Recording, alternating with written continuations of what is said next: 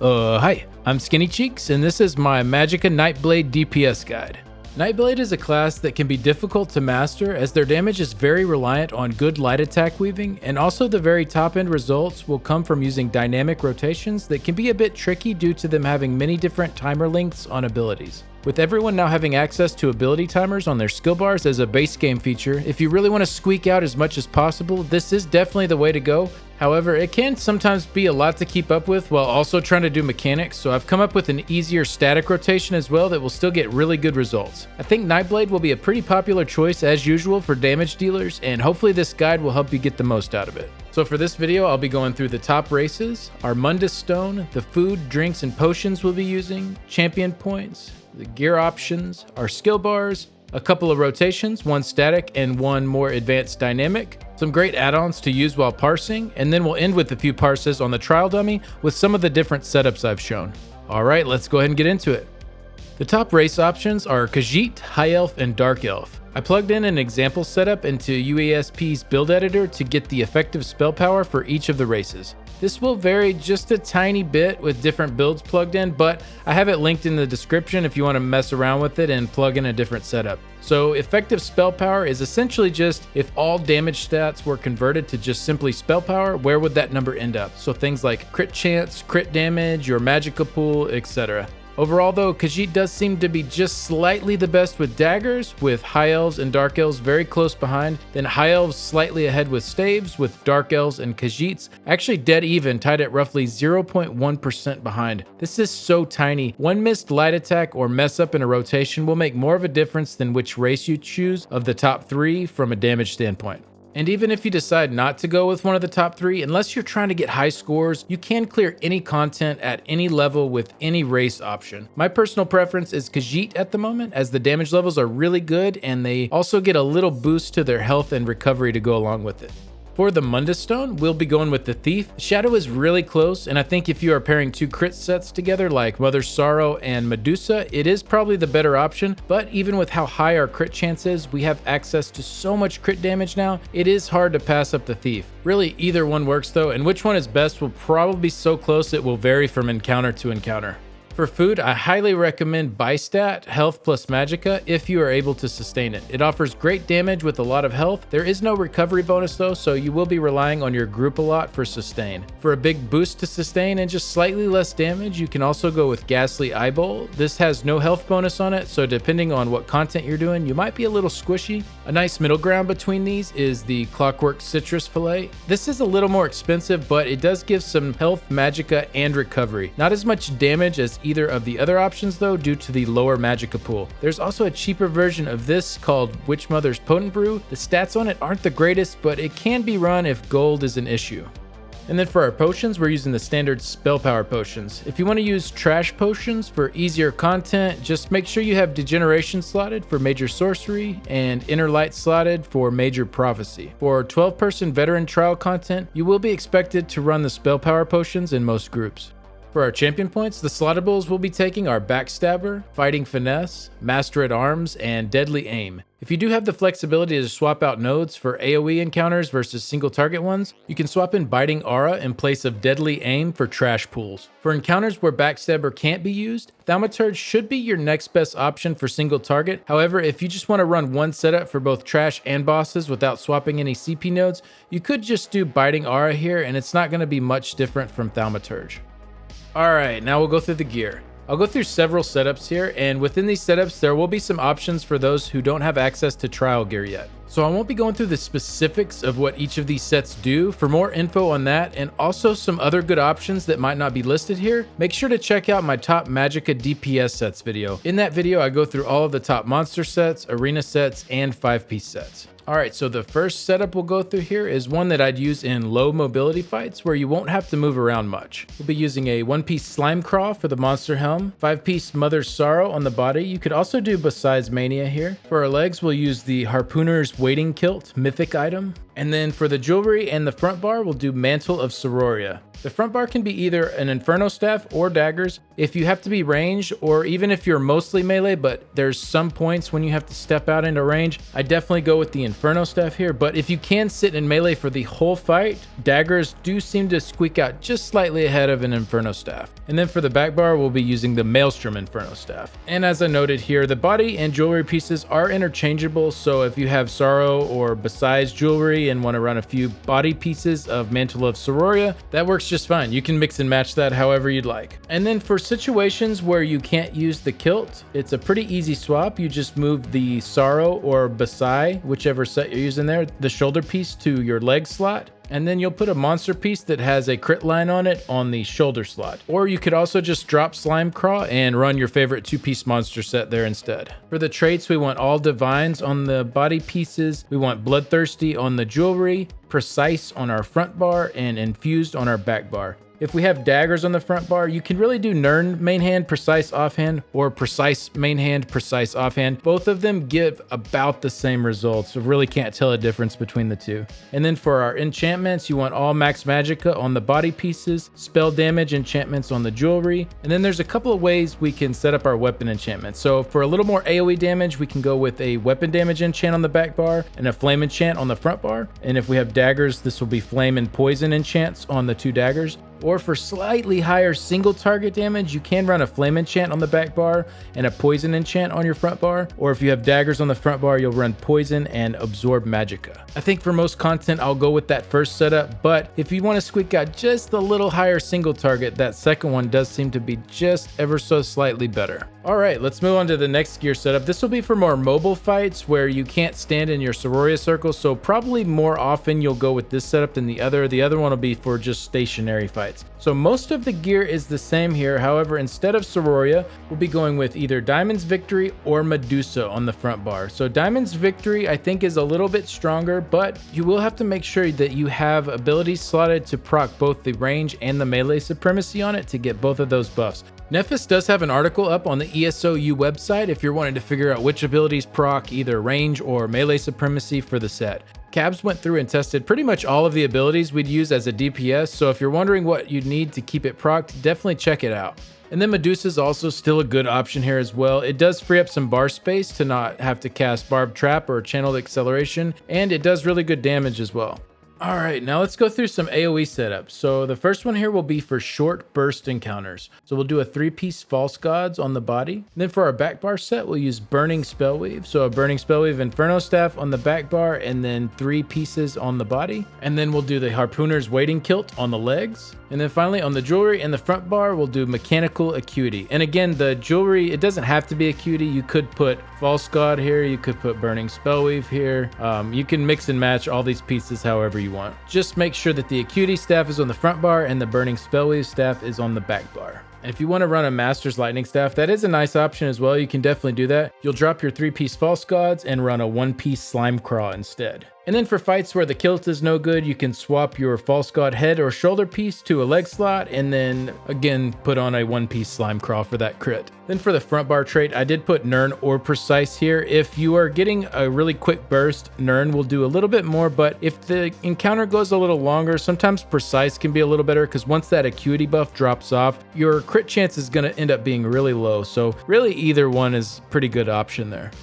All right, our next AoE setup is going to be for medium length encounters, so a little longer than the short burst that Mechanical Acuity is more useful for. Most of the setup will remain the same, except instead of Acuity, we will swap in either Diamond's Victory, Mother's Sorrow, or Medusa. Really, any of these 3 sets work here. I'd say Medusa is the least useful here, as usually pre-casting Channeled Acceleration is good enough to last through the whole ad wave, but if you find yourself needing that extra bar space, can be a good option.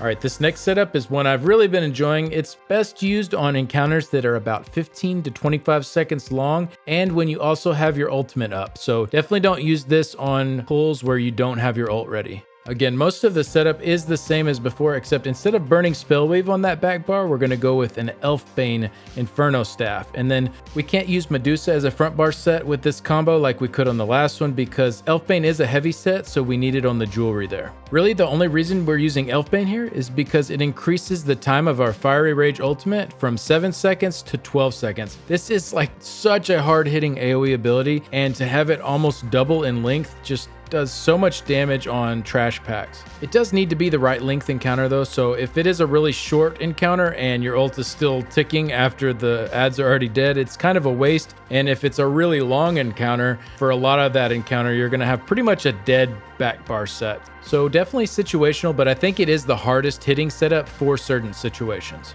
And then finally, I'll go through my solo setup. We'll do either a one-piece Valken Scoria or a one-piece Slimecraw. If you're doing overland content or solo arenas, typically you can get enough penetration for most of it without the Valken Scoria piece. Overland mobs only have 9100 armor, and solo arena mobs vary, but usually aren't the full 18,200 armor that dungeon and trial enemies have. However, if you are trying to solo 4-man dungeons, the Valken piece will be a little better to get a little closer to that pin cap. For the body set, we have a few good options here, either Mother's Sorrow, False God's Devotion, or Bahsei's Mania. Mother's Sorrow or False God are probably the easier to just set and forget, but if you want to try and push out a little more damage, Bahsei should have the higher ceiling. And then we'll be doing the Ring of the Pale Order. This is just super convenient in a solo setup, as it usually allows you to just go with the full damage setup and not worry about healing yourself or slotting a shield. And then for the front bar set, you can go Diamond's Victory or Medusa. Again, Diamond's Victory has proc conditions that you'll need to be cognizant of, but probably a little stronger, while Medusa will allow for a little easier rotation and more skill bar flexibility.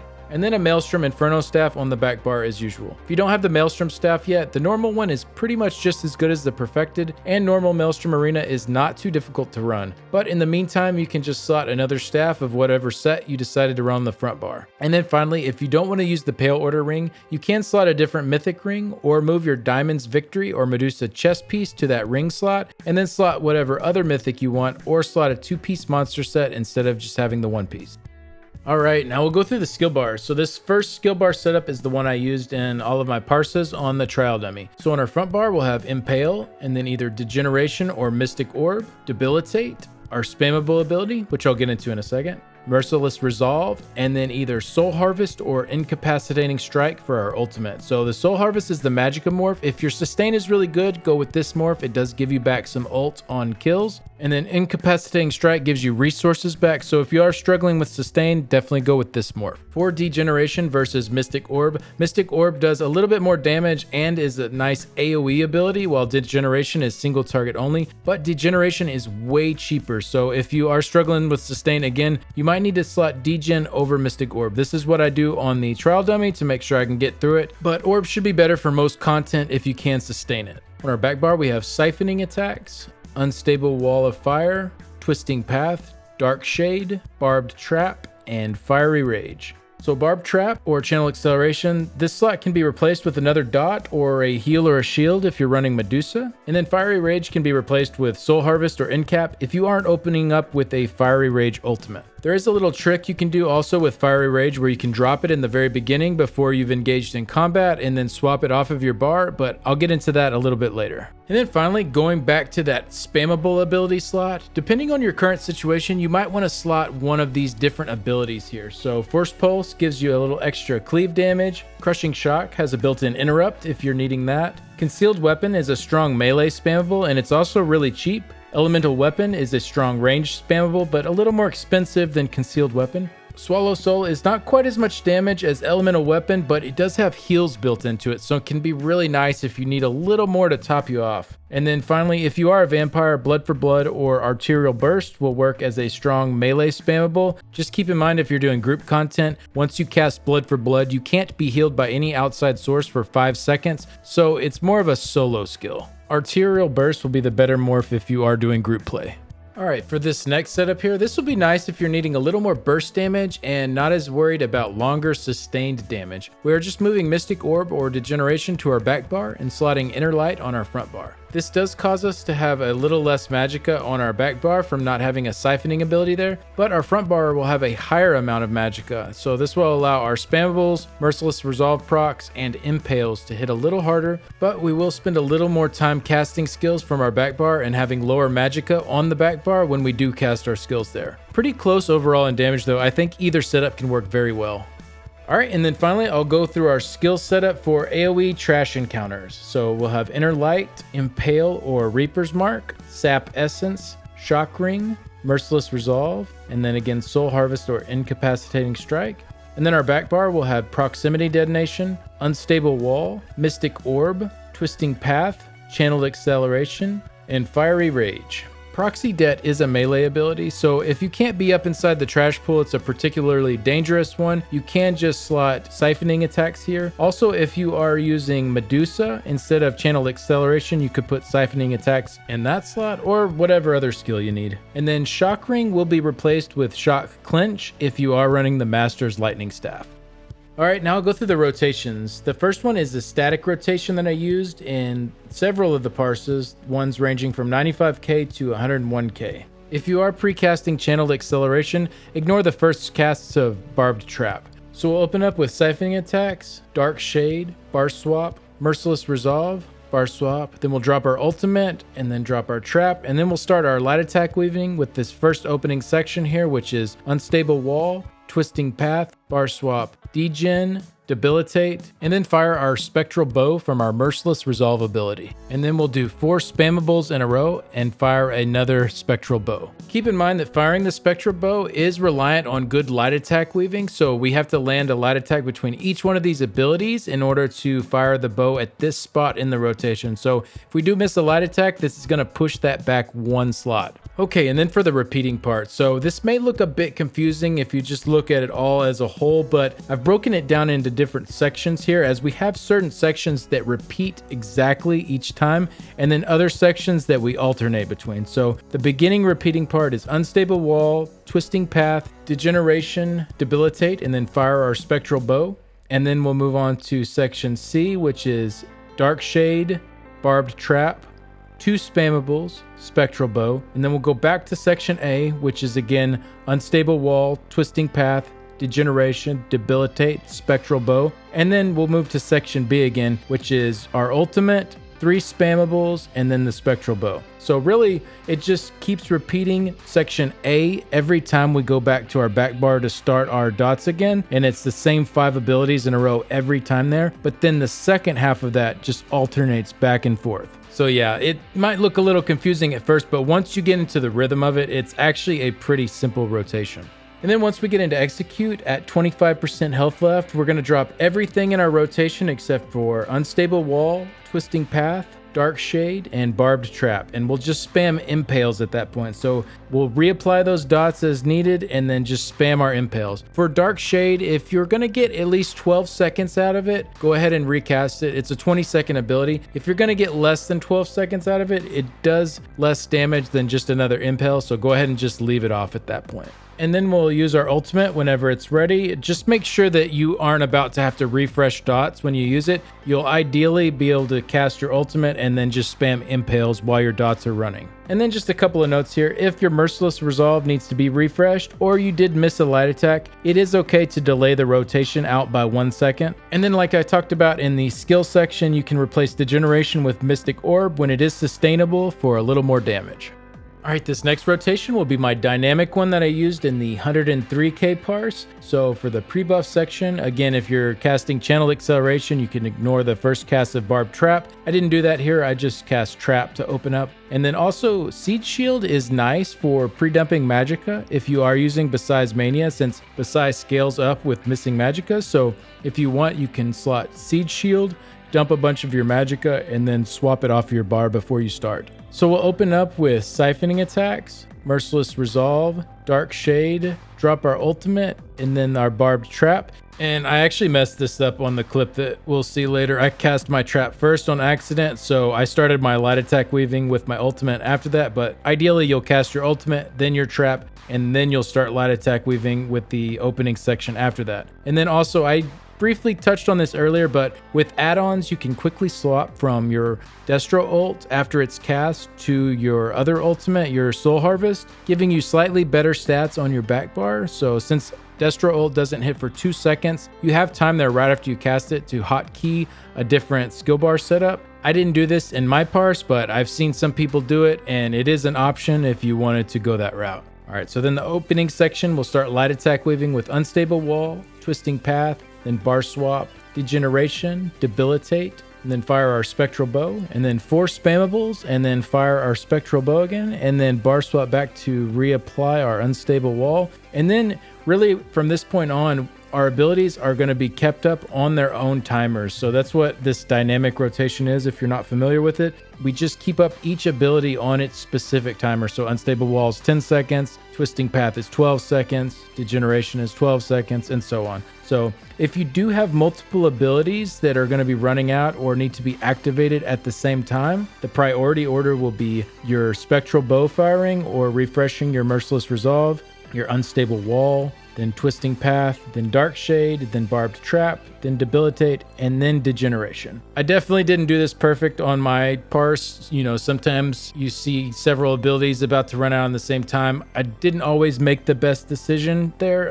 That's something that just comes really with a lot of practice, but this is ideally the priority order you would have them in if multiple were running out at the same time. So while you're keeping up all these abilities dynamically like this, you're gonna make sure that you're firing your Spectral Bow every 5 abilities, every 5 light attacks. So if you miss a light attack, you will have to delay that a little bit, but ideally you'll hit it every 5th ability as often as you can. Sometimes you'll end up with a couple of abilities on your back bar, and you know, it's easier to just refresh those both at the same time and then swap to your front bar and hit the Spectral Bow on the 6th ability. That's not too bad if you do that. That's fine. I wouldn't push firing the bow past the 7th light attack though.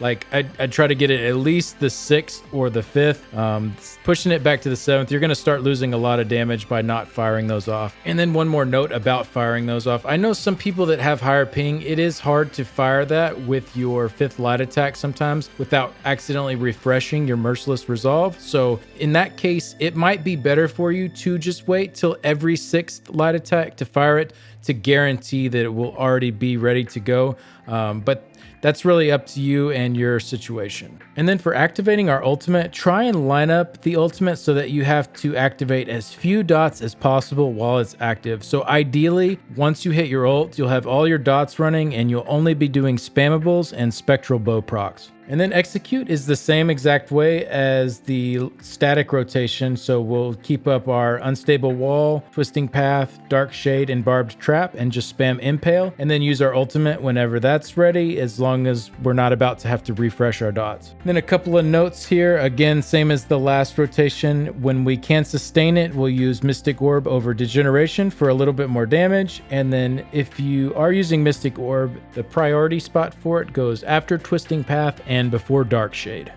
All right, before we get into the parses, I wanted to go through a few of the add-ons that you'll see in the upcoming clips of me practicing on the trial dummy. Hopefully, this will help you practice a little bit easier. If you are new to add-ons, Google Minion ESO and click the top link to download the Minion program. It is the easiest way to install and keep add-ons up to date. So first off, I use the add-on Azura Interface Enhanced to move my UI elements around how I like them. So this is how my list of buffs is at the top of the screen, and my attribute bars are stacked the way they are, and this also lets you change the fonts on them. Next, I'm using GCD bar. This is the red rectangle right above my health bar. This is pretty simple, really. It just tracks the 1-second global cooldown whenever I press an ability, so I can more accurately time my next ability. Not crucial once you have the timing down, but I still really like having it there as a visual cue. For my skill bar timers, there are base game skill timers now as of the Blackwood patch, but I do prefer fancy action bar. I like seeing both of my skill bars at all times, and I find it's a bit easier to keep up with abilities in a dynamic rotation that way. Another add-on that a lot of people use for this is Action Duration Reminder. That one operates a little more similarly to the base game one, but I think looks a little cleaner. So really, whichever one you prefer is fine.